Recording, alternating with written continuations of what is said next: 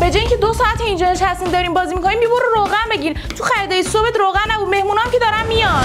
روغن رو یادم رفت، دوباره بخوام برم تو ترافیک گیر میکنه. آخه فقط روغن که نیست، چند تا وسیله دیگه هم هست که هنوز نگرفتی.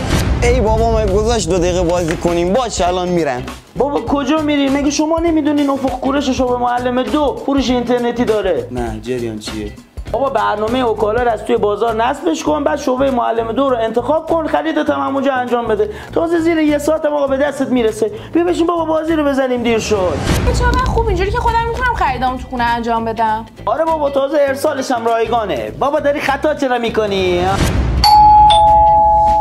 اومدم. آقا دست در نکنه قربونت. فدات مرسی. چاکرم. بیا این هم سفارش. این چه زود رسید. ولی محمد باز من یه چیزی یادم. یه چیز یادت رفت. اصلا بیچاره شدی. یاد گرفت اینترنتی سفارش بده.